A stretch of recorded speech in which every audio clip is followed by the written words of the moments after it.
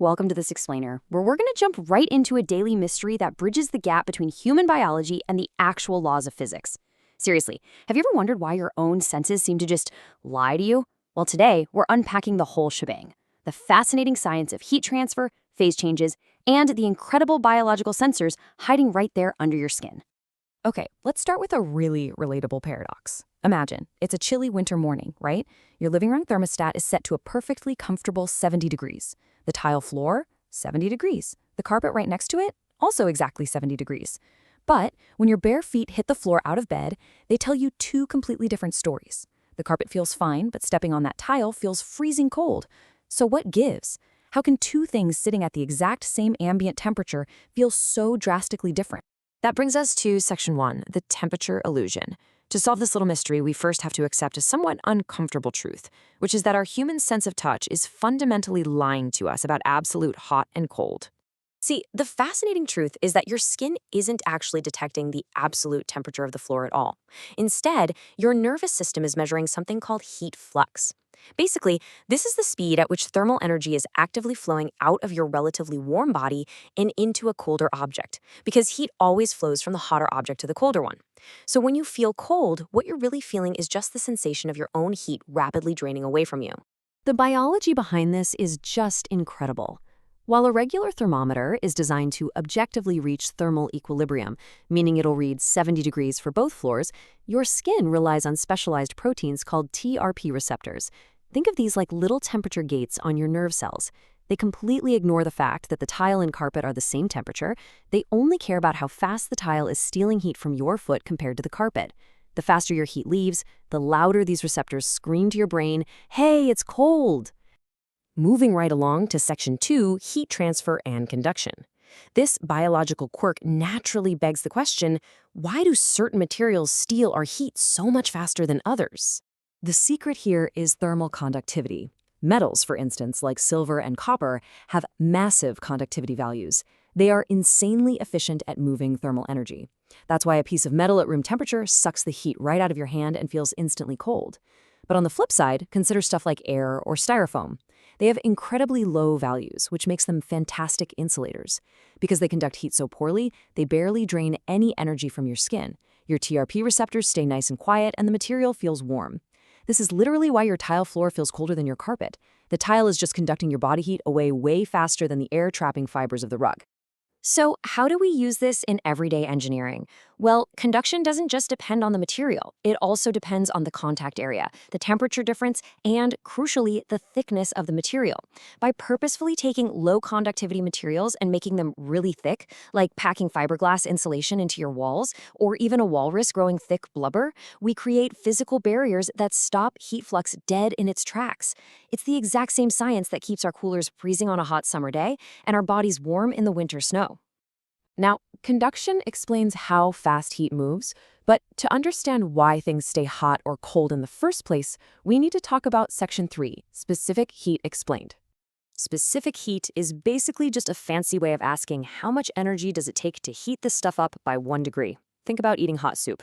If you're holding a hot steel spoon, it cools down in the air pretty quickly. But if you accidentally pour that hot liquid onto your hand, it stays hot way longer and burns you. Why? Because water has the highest specific heat of any natural substance on Earth.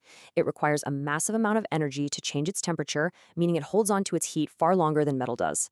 It's exactly why water is the go-to coolant for things like nuclear reactors. It can absorb insane amounts of thermal energy without its temperature spiking. Which brings us to section 4, phase changes and latent heat.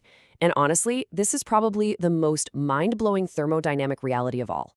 What happens when you pump incredible amounts of thermal energy into a substance, but its temperature doesn't go up even a single degree? The answer is latent heat. The word latent literally means hidden. When a substance goes through a phase change, like ice melting into water or water boiling into gas, the thermal energy you're adding completely stops raising the temperature.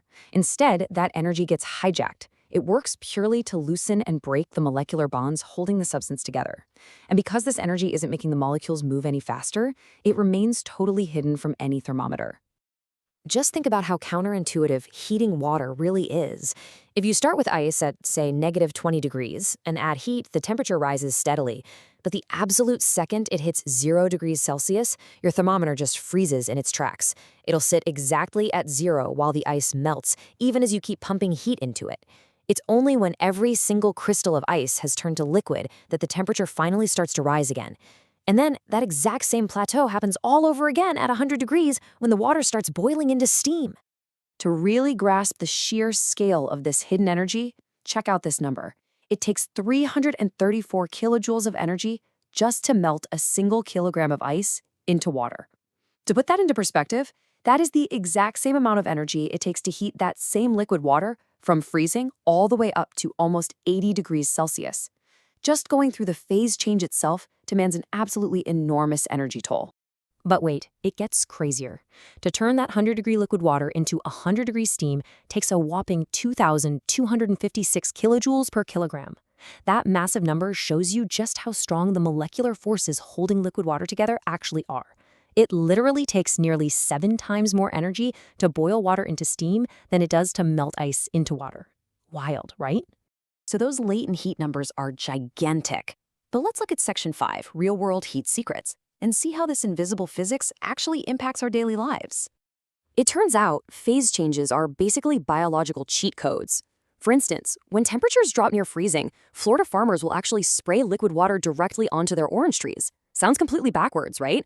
But as that water freezes into ice on the fruit, it releases its latent heat directly into the oranges, keeping their internal temperature just above freezing and saving the crop. Your own body uses these physics too. When you sweat, that water evaporates off your skin, stealing a huge amount of heat from your body to execute that phase change, which cools you down. This is why humid days are the worst. The air is already full of water, so it blocks your sweat from evaporating and traps your body heat inside you. On the flip side, when water vapor condenses back into liquid, like the sweat on a cold glass of iced tea, it actually releases energy, gently warming up whatever it touches. Sometimes, heat transfer completely skips steps through a process called sublimation. This is when a solid absorbs enough hidden energy to just bypass the liquid phase entirely and vanish straight into a gas. You've probably seen this if you've ever watched dry ice turning into smoke, or noticed a patch of snow slowly disappearing on a freezing, dry winter day without ever melting into a puddle. So bringing this all back to our own human experience, the main takeaway here is really simple. We have to rethink how we interact with the physical world.